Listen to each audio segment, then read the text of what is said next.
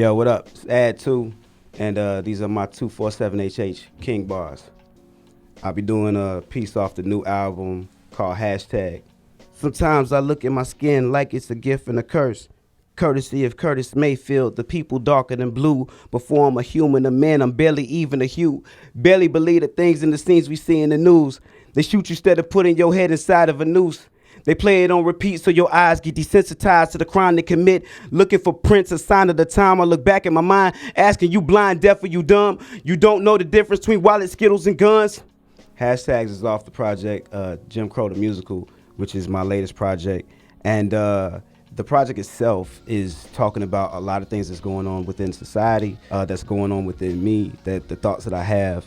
It's told through the theme of a play, and it's kind of satirical at times, but I always heard the best way to kind of slip in the truth is to kind of mix it up in the applesauce, you know what I'm saying? So it's like the medicine's there, but you may not even taste it. So, but it's a really powerful project, definitely one of my favorite things that I've done in my entire life, and it's out right now, so make sure you check it out. Hashtags was produced by a producer who's from North Carolina. His name is Jada Harrington, and amazing producer, man. This dude knocked out probably 60% of the album, and he was the one who used to always send me these records back and forth. And he sent me this record and didn't even think that it was nothing to it. He was just kind of just throwing something, just like, hey man, just see what happens. And next thing you know, I sent it back to him like within a day, and he was like, dude, this, I don't know what space of mind you in, but let's stay here. And it became one of the strongest records on the whole entire album. This was one of the records, like I think it was during the early part of the process. And when we did this one, we kind of turned the corner. It was like that one, up until that point, I think this was like the most powerful record. And then it started to kind of like, the domino effect happened where then the record 3/5 came. And then Willie Gets Lynched came. And all these super powerful records that was like, all right, if this is the basis, this is the foundation, all right, we got to fill in the story.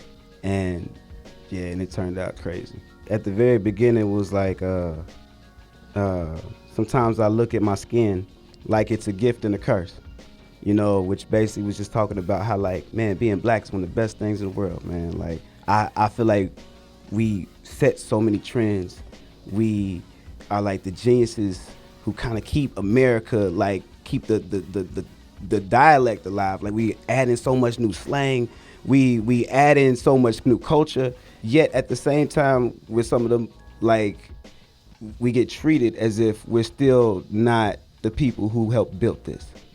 And for me, I get offended at it. And so it's like, how can I be both? How am I the genius, the architect, the person who changes the way culture is seen, but yet my life isn't worth the same as somebody's pet? You know, like, I've seen people cry over animals more than they cried over dead human beings. And that's a bizarre place or a bizarre way to think. So it's like, yo, how am I this gifted thing, but yet this cursed thing as well? The part would say, you could barely believe the things in the scenes we see in the news. They shoot you instead of putting your head inside of a noose. They play it on repeat so your eyes get desensitized to the crimes they commit. Looking for prints, a sign of the times. Look back and you find, I ask if you blind, deaf, or you dumb. You don't know the difference between wallets, skittles, and guns. And that part was how the media has normalized black death.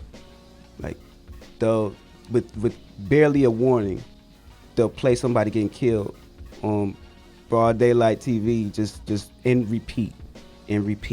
I don't think we see anybody else getting murdered in that sense. Like, they'll warn their viewers before you're about to see a black person get killed, but you won't see anybody else like that. And so, in my mind, I almost feel like it's a way that they used to do with the lynchings, that it was a public thing. We're gonna leave it here for you to see it, so that you understand where your place is. It's like, don't get it twisted.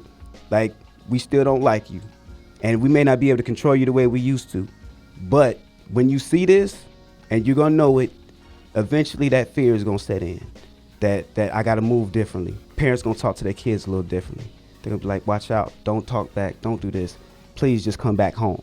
And it's a really, really, really strange place to be, because to know that is how we're seen and valued or devalued, it it's like truth right in front of you. It's like, yo, they'll play this and then play a commercial right after this. It's like, and it's normal. So they just want you to kind of like know your place in society. But instead, I wanted to kind of talk about it, to kind of push back and be like, nah, that's not normal. They could kill us on the camera and you won't believe us. Why you calling them the officers? They oversee us. What's the price of your life if they getting cash back? All they do is turn your name into a hashtag. Fuck your think, peace, your march, and your feelings, nigga. They kill your brothers and your sisters and your children, nigga. My cousin wanted me to teach him to drive. I told him no, because I'm trying to keep him alive. When you black, they don't cry until the day that you die. When you black, you don't live. You just learn to survive. I started questioning my religion. Knowing God forgive them. Know we all knowing and know them seeing us killers. I'll look in the black child inside their eyes and tell them fear none. The most important black man is a dead one. So the song Hashtag was inspired by all of the things that were happening within the news, where there were so many different instances of police brutality and misconduct, and the norm almost became that something would happen to us. We get killed. They'll find reasoning for whatever reason they want it to be, so that they were like, oh, well, I was suspicious because of this. And for that reason, he deserved to die, which is false. And it would happen so much that it was almost routine. And the frequency that it started to happen was like, man, at some point, justice has to be served. But there wasn't any. And then the conditions of which we started dying started becoming even more like perverted, because it was like, now not only can I die just from being peaceful, but I could die in my home. I could die from just driving my car on my way to go see somebody. Like, at what point you start to ask, where am I safe? And this fear that's there, this anger that's there, that you could do everything right and still somebody can get away scot-free for murder. When people have gone to be murdered in these senseless ways, it's like they would be almost like memorialized in the sense of a hashtag. It was like RIP this person, RIP the next person. And as much as it would be a way to find them, like if you were searching online, there's a way to find all the information and find where people were saying and how they were feeling, or videos or pictures. You still wouldn't be able to find them physically. Like, at the end of the day, this is what I get for it. You know what I'm saying? Like, out of all the stuff, that all we have to show for it is that it was trending. It's like, but if nothing's changed, then what trend did we start? It's like at some point in time, there has to be a physical change too. Because if this is just our way of fighting, and it's like it's helpful, but I think we have to push it even further.